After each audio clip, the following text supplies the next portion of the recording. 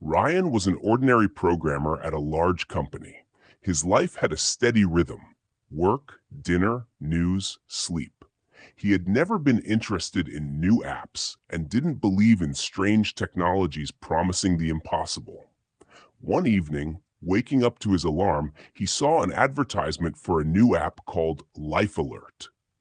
The promise was simple: alerting users to critical events in their area, whether car accidents, fires, or medical emergencies, and notifying them about potential dangers involving friends and family. At first, Ryan didn't pay much attention, but he became intrigued by the feature that warned about dangers affecting people he knew. In the first days, the alert seemed unlikely: a notification about a possible car accident involving a friend, a warning about a fire in a nearby neighborhood. He thought it was just a coincidence. But the next day, a minor accident did occur involving his friend. Ryan's heart sank. He realized this was no accident. Hours later, the app sent another notification. Warning: someone close to you may be in danger within the next hour. Ryan drove to check on his mother, but she was fine. When he returned home, he noticed his dog had run off. He understood that the app was making him feel responsible for everything happening around him. He began keeping a journal, recording every alert and its outcome, trying to analyze the algorithm. He noticed that Life Alert didn't predict death literally. It identified potential risks that people usually ignored. One evening, the app alerted him: warning, potential danger in your neighborhood. Ryan stepped outside. Near an old building, he saw an elderly man struggling with heavy bags. Ryan rushed over and offered help. The man smiled and thanked him. In that moment, Ryan felt the significance of his involvement in the lives of others. The app began to change his life. He became more observant of the people around him: neighbors, friends, passers-by. Every alert forced him to analyze, assess risks, and act quickly.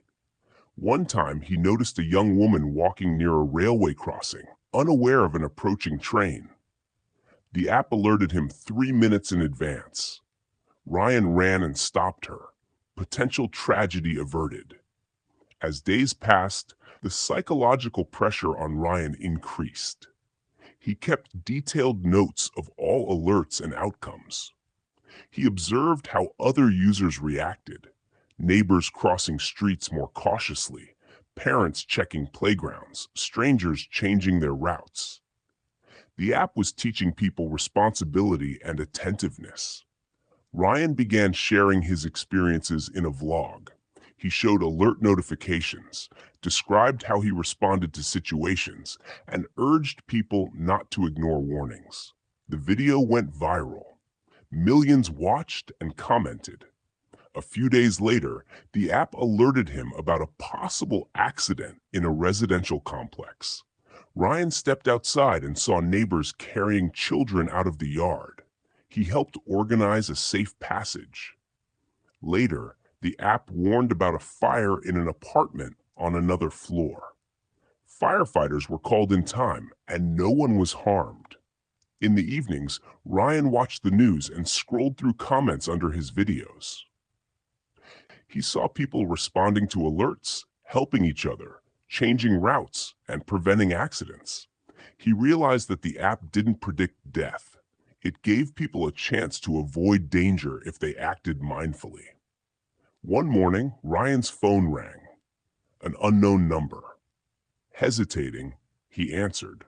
A voice said, "Thank you for spreading the message. You have connected the world." The alert timer appeared on the screen. Ryan watched as Life Alert users around him carefully reacted to potential dangers. He understood that the true power of the app lay in people's responsibility and their ability to notice details and take action. Darkness enveloped the room. The last thing he saw was the red glow of the alert reflecting in his eyes.